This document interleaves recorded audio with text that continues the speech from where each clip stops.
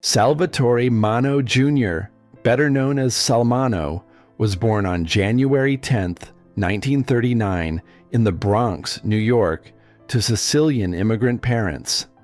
Growing up in a hard-working family, Salmano showed a natural flair for performance early on. By the age of 10, he was already performing on stage, including in the Broadway production of The King and I, where he portrayed the Crown Prince alongside the legendary Yul Brynner. This early exposure to the world of theater instilled in Salmano a strong sense of discipline and refined his skills in acting, setting the stage for his later success in Hollywood. His talent, combined with his strong work ethic, allowed him to stand out in an industry that often demanded perfection and resilience. The challenges of fame, facing Hollywood's limitations. However, as Salmano grew older, the challenges of fame began to mount. By the late 1960s, the industry's typecasting and discomfort with his rumored homosexuality began to limit the kinds of roles he was offered. As an openly gay man in a time when homosexuality was taboo in Hollywood, Salmano faced the harsh reality of discrimination. His refusal to conform to the traditional ideals of masculinity and heteronormativity that Hollywood expected from its stars led to fewer opportunities. Yet, instead of retreating from the industry, Salmano chose to reinvent himself. He transitioned to the stage where he found new outlets for his creativity and resilience, determined to redefine himself beyond the narrow confines of the Hollywood system. Stage work and directorial ventures. In the early 1970s, Salmano embraced the world of theater, directing and starring in several productions.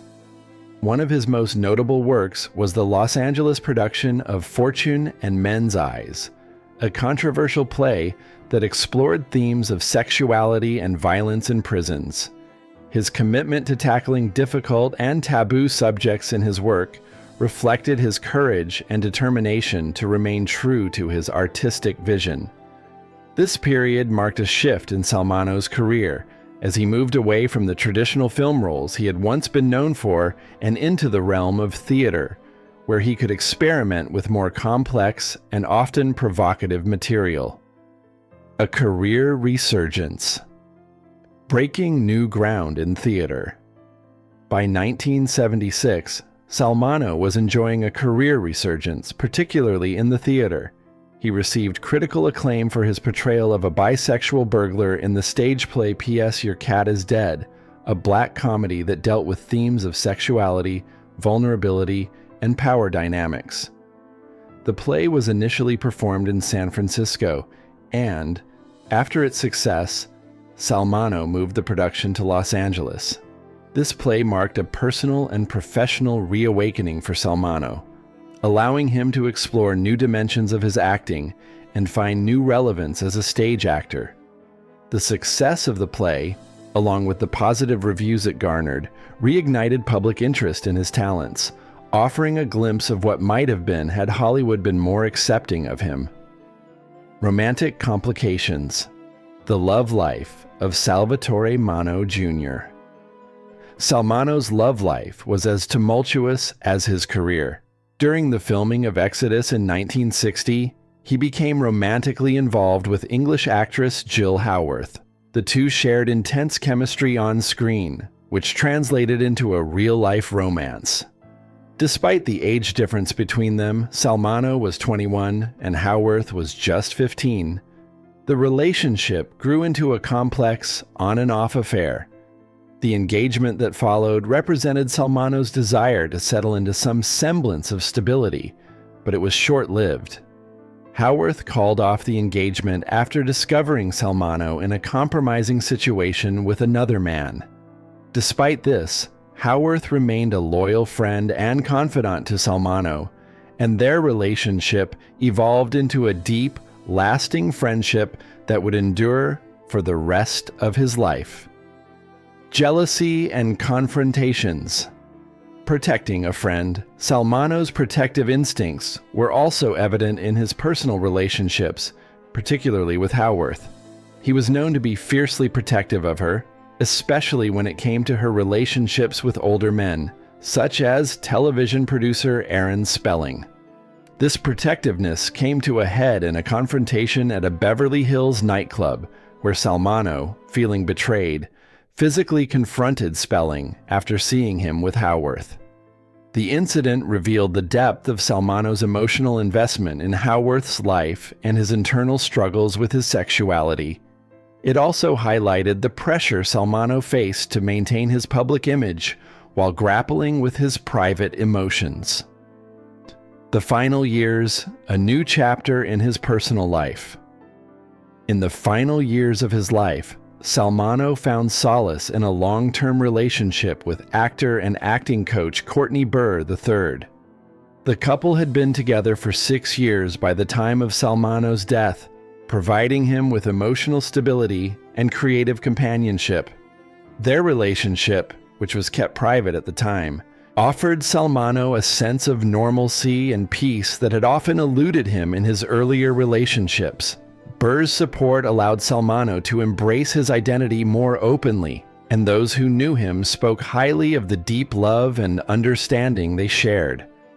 Burr later described Salmano as a deeply sensitive and complex man whose public persona never quite captured the fullness of his private soul. A tragic end. The murder of Salvatore Mano Jr.